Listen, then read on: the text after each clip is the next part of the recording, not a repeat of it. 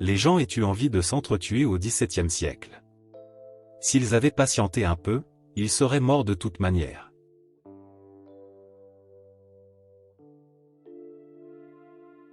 Ce n'était pas parce qu'on s'apprêtait à tuer quelqu'un qu'on devait se comporter comme un voyou.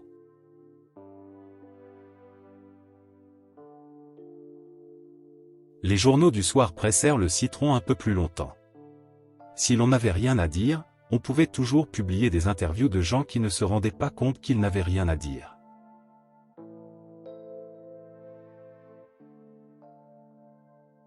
Tu vas crever, saloperie de vieux débris. Il faut juste que je te retrouve avant.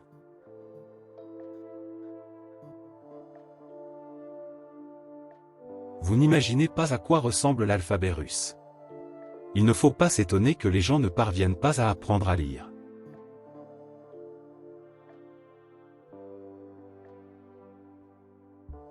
Il dit avec modestie qu'il n'était pas difficile de se faire passer pour un idiot quand on l'était réellement.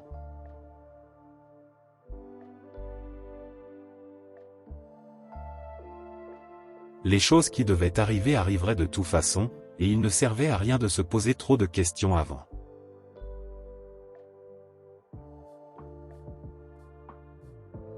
Quand la vie joue les prolongations, il faut bien s'autoriser quelques caprices.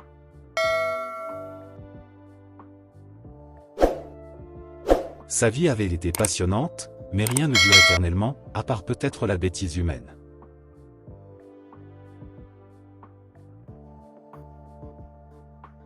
L'existence était épuisante quand on décidait de la prolonger.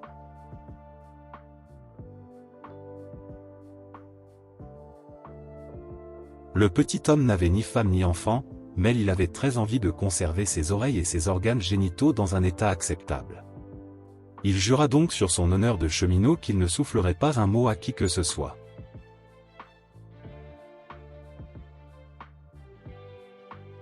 Même s'il semble improbable de redevenir sobre comme un chameau en une seconde après avoir ingurgité un litre de tequila, c'est pourtant ce qui arriva à Harry Truman.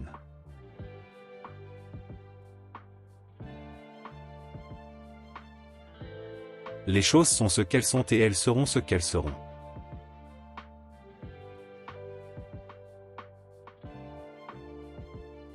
Il fallait parfois savoir contourner un peu la loi tout en marchant droit dans ses bottes.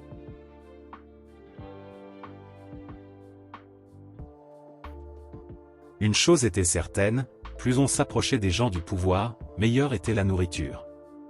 L'eau de vie aussi d'ailleurs.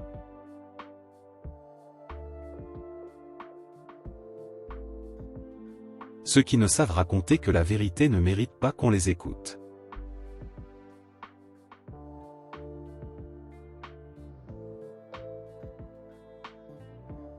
C'est vrai que j'étais saoul, dit l'ivrogne.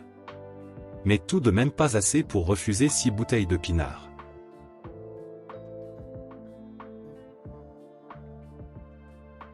Mais il était sûr d'une chose, dans certaines situations, il vaut mieux feindre l'ignorance.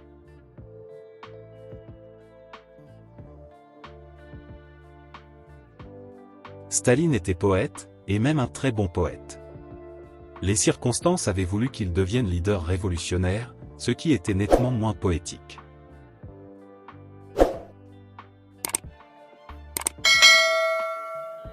L'ancien marchand de hot dogs ambulants était tombé amoureux au premier regard. Le deuxième et tous ceux qui suivirent ne firent que confirmer le symptôme.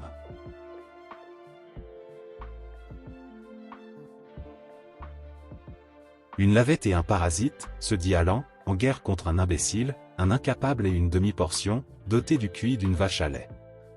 Entre les deux, une vipère qui se saoule à la liqueur de banane.